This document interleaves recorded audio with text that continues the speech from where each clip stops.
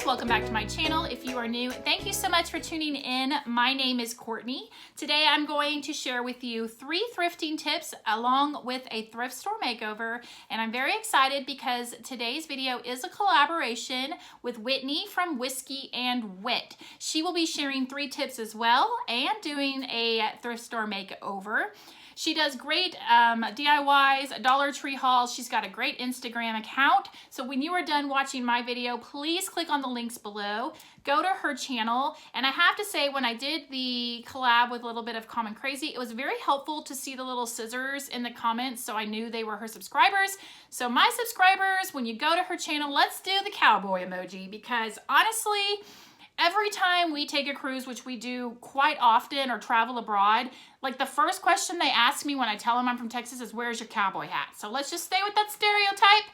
Put that cowboy emoji in there so she knows you're from my channel. And if you are from Whitney's channel, welcome. I'm so happy to have you here. I love doing budget-friendly DIYs, Dollar Tree DIYs, home decor on the cheap, and just drop that cowboy emoji for me as well so I know you're from her channel and I can say hi.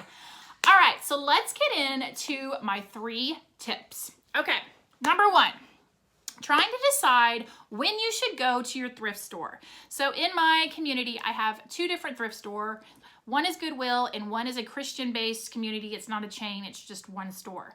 Lucky for me, the community-based one has tons and tons of furniture. So I know if I want furniture, I always go there first. The Goodwill is just the opposite. They never have furniture, but they are loaded with home decor items. So that's typically where I go for most of like my DIYs, is I'll go to the Goodwill. Now this is how I found out when is the best time to go. 2 questions you need to ask. Don't be afraid, first of all, to talk to the people who work there. So the community-based one here, it's run by volunteers, and they were super friendly, very willing to share information. And so I just flat out asked them, okay, what is your heaviest donation day? And they said, probably obvious, all day Saturday. All day Saturday is their heaviest day. They're closed on Sundays. And then I asked them, what is your turnaround time? What's your policy on getting, the new items checked in and out to the store? And they said 48 to 72 hours. And she said, if I'm being honest, it's usually 72 because it is volunteer based. And so for me, that lets me know that Wednesday is the best day to go when they're gonna have a lot of good inventory. And so that's what I do for that when I'm looking for furniture.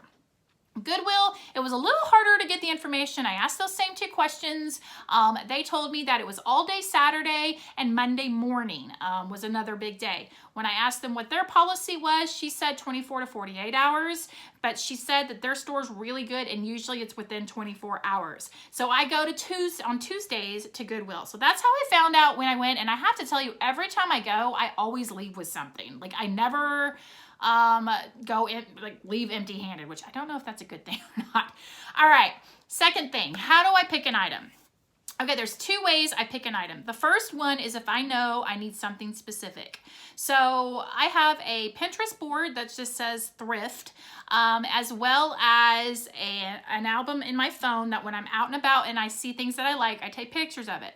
So when I get to Goodwill, I sit in the parking lot and I scroll through my Pinterest board and I scroll through the album so that those projects are fresh in my brain. So when I go inside, I'm able to, if I see something, say, oh, that will work for that project, and I can pick that item up specifically for a project. Now, what do I do when other items catch my eye? So you're strolling along and I see something, let's just go very basic, a candlestick, okay? I'm like, oh, that's the prettiest candlestick I've ever seen, except that it's really not. But I look at the candlestick and I say to myself, what else can I do with it that isn't its intended purpose? And so, hey, I could add a plate and make a cake platter. And there you go.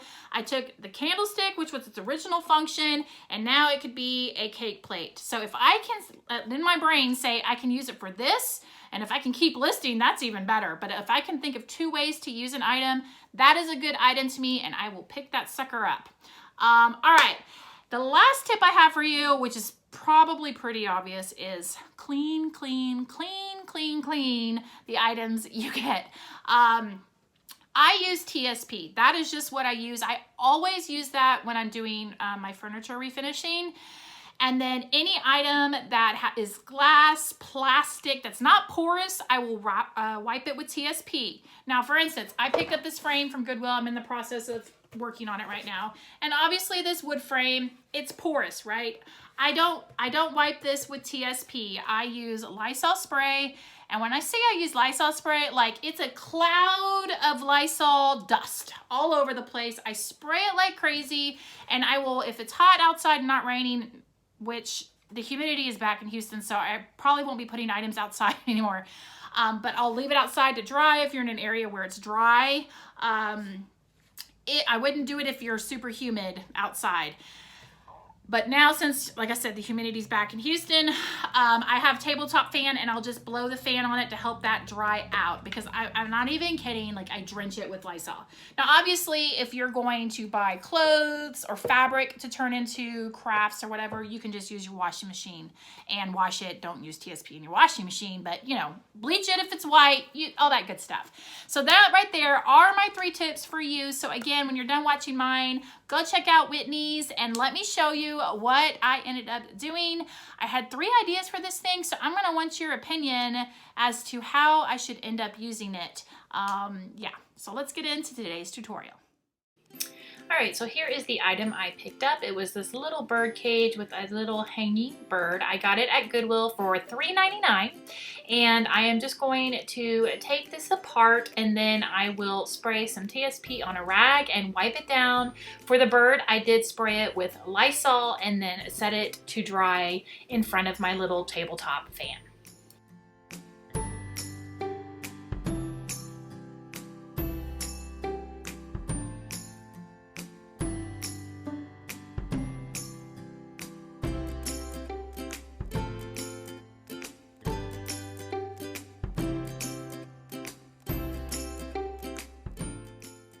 The next step is to spray paint my bird cage. I'm using some of this Rust-Oleum Flood Protective Enamel spray paint that I had in my garage. I really like it because it's already got the sealant in it. Not that it really matters because this isn't going outside, but I'm just going to go through and give this 2 coats of spray paint, and then I will let it dry, and I'll go inside and work on my bird.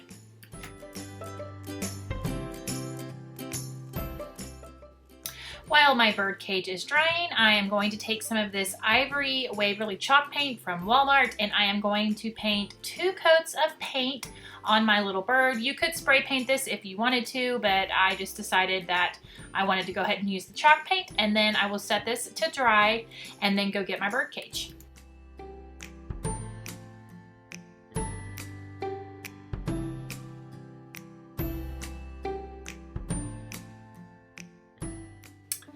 Now that my bird is all painted, I decided instead of just hanging it in the bird cage by the little string, I wanted to make a little perch for it to sit on. So what I'm going to end up doing is taking some of the wood stems from Dollar Tree. There are 2 different types of wood stems. There are the long skinny ones as well as the short fat ones. And I'm just going to take one of the long skinny pieces of wood and then tie 2 pieces of twine to it and make a little swing for my bird to sit on.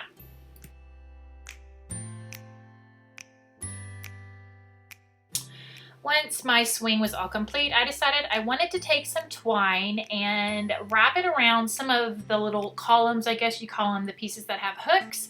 And what I decided to do was I was going to go ahead and just wrap every other one, because if I'm being honest here, I am still recovering from wrapping twine around that patriotic dream catcher video I just did, and I just really didn't want to do all 6 of these little columns. So I'm going to do 3 of them, and I actually do like how it turned out. I think it gives a good texture element. So that's what I'm going to do right now, is just go through wrapping each column and securing it with some hot glue.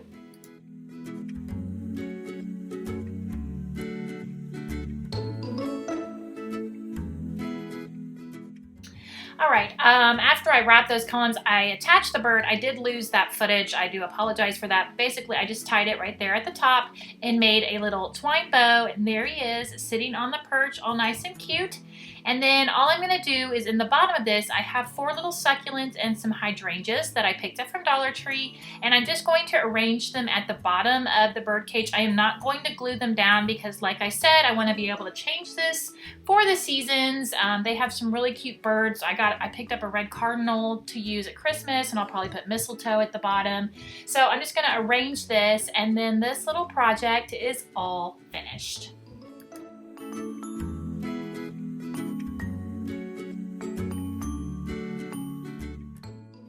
Alright, and here is what it looks like, just completed and finished with nothing on it. I have 3 ideas for it, so you guys let me know which way you think I should use it. My first idea was to hang my little espresso cups from it and then display it in my kitchen.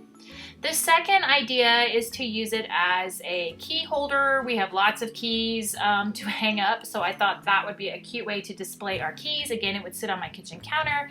And the last option is to use it in my craft room to hang some of my scissors that make special cuts. And there you go, guys. Thank you so much for watching. I really, really appreciate it. If you're from Whitney's channel, thanks for being here. I hope you will hit that subscribe and stick around. And until next time, guys, see you later.